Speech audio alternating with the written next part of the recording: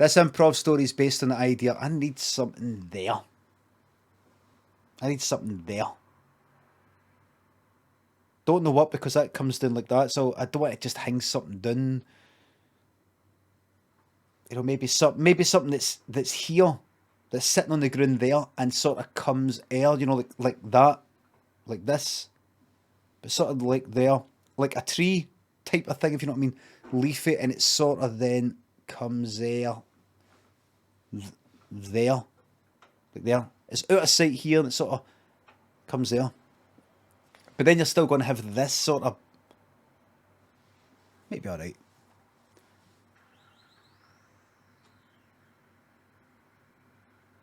Boy goes to English private school, let the story commence. There's a wee boy in Scotland,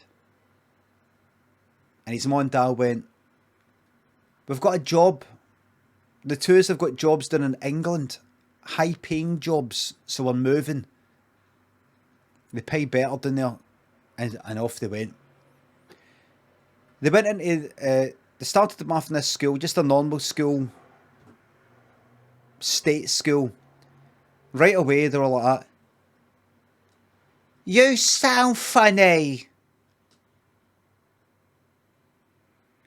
My dad said you lot wanted to leave us, don't like us, and you voted to leave. Got picked on and all that, but these wee fucking bastards. So, the one dad went like that, right, let's use some of our money and put me to private school, because maybe in private school there's more, I don't know, maybe there's more people for around the world, and maybe like international people, jet setters and all that, and you know, like an international school, something like that. That was Craig, that was the dad. And Mary, them all went, what the fuck are you on about? He said, well, I saw there was some celebrity and they went to something international school, and they were quite posh.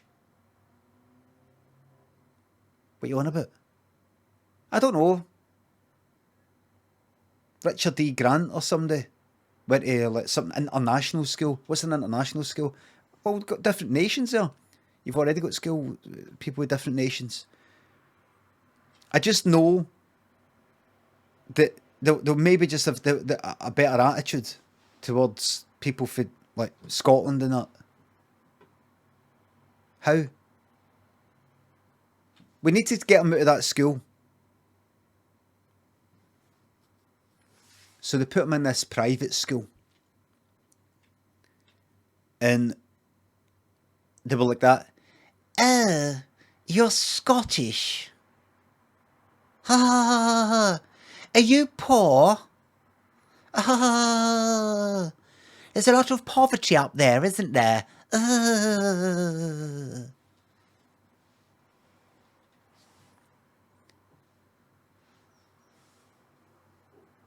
Thank you for the oil.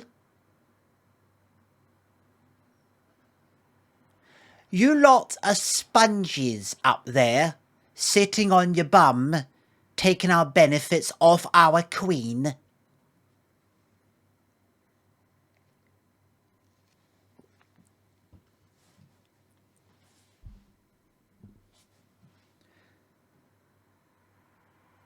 That was on day one. Came back from school greeting his eyes out. And the more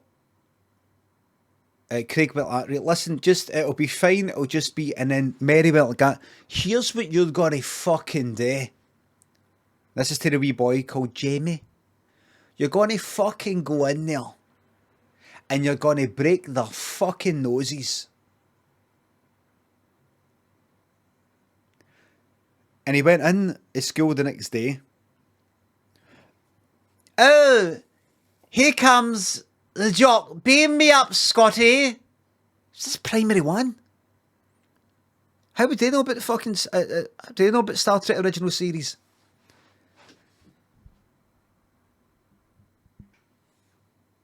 And then this other smart ass went like that.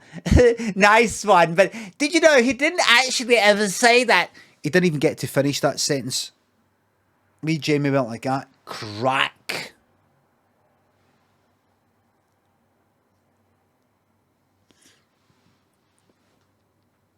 Crack. Cracked all their noses. Remember, this is primary one. You don't have a nose in primary one, but you'd managed it. You know, you don't have it. You don't have a nose that age, but you managed it. And that was a whole class. And he got pulled into the head teacher's office. Now, what's this all about? And I'm phoning your parents right now. You sit there. Craig and Mary had to leave their job, come in, emergency meeting. Now, your son...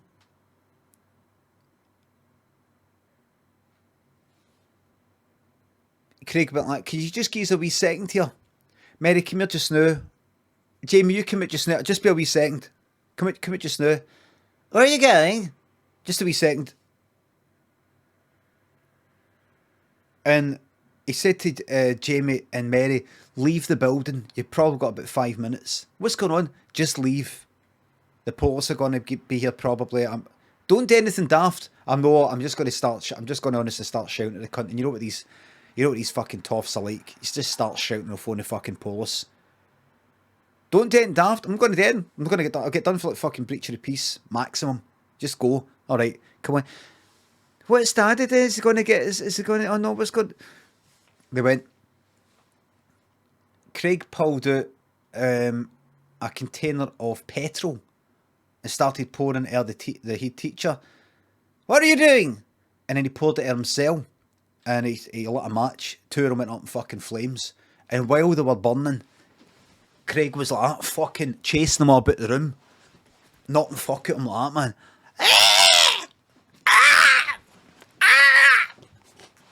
Like that. Because Craig had just had enough. He just had enough. Do you know what I mean? He'd had enough of it. He managed to punch the head teacher's face off. It was like a cheap pizza. A cheap cheese and tomato pizza for the freezer. It was like that. Have you ever got a pizza for some place and you kind of forgot about what way you held it up and you held it that way, and it all slid? Punched the guy and it was like that. Right through.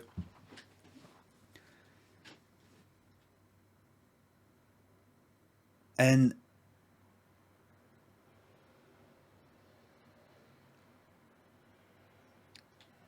the fire brigade. Sorry, the fire was contained in that. All the wains were safe. Craig made sure it. He put asbestos all on the outside of the head teacher's office. So it was safe. Wasn't no fire was spreading. When the fire brigade came, Craig had actually written a sign saying, warning, asbestos, wear a mask. Because he was considerate like that, unlike that lot down there. And the fire, 2 firemen went into the room. The head teacher was lying there, half alive, and Craig was half alive. That's the one that did it. And Craig was strangling the head teacher. Like that.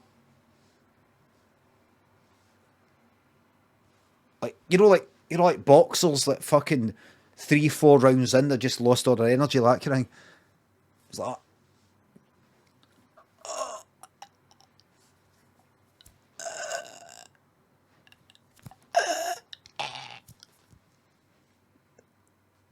like that. Fucking everything's all falling off. You know, the eyeballs were popped because of the heat inside the eyeball. The heat had expanded the air in the eyeballs, and it popped them like eggs in a microwave. Popped.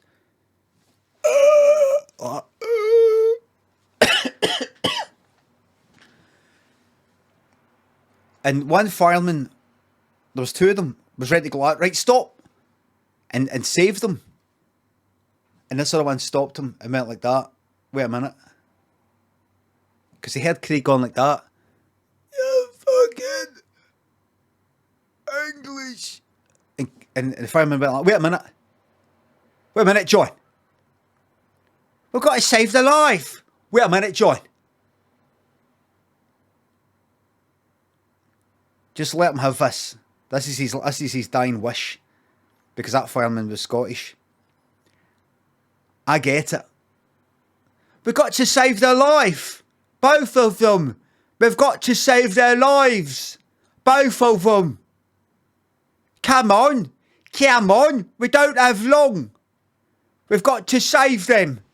Yeah? And the fireman went like, no, listen. Let him have this. That's a Scottish guy. And he's had enough there. And he turned to the fireman, to the English one, and said, yous gave me a lot of shite when I started working down here. Because of my accent. Yeah, but that was a laugh, wasn't it? I said sorry. Didn't I? And that fireman said, I know, but it was never enough. You owe me. Let me cash in my owing. You owe me, let me cash in that owing. We're letting him have this, let him have this.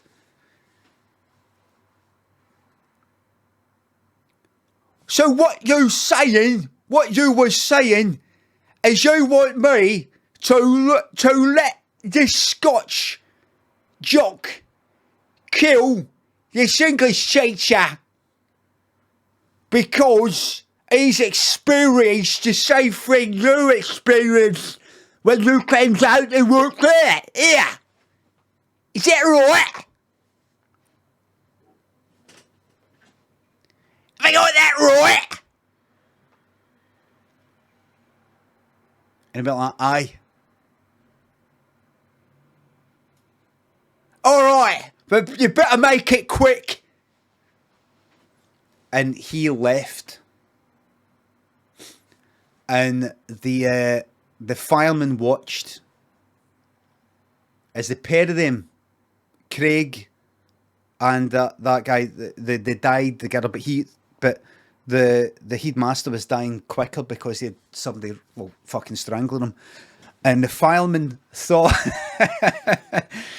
the fireman, since he was in there pretty much by himself and he didn't really have any witnesses because they were going to be dying anyway, he entertained himself, do you know what I mean? The end. It was a true story. How'd I know? I was that fireman.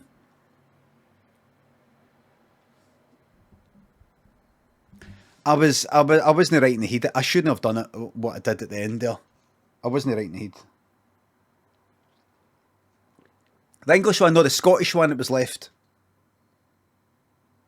What did you do? I entertained myself.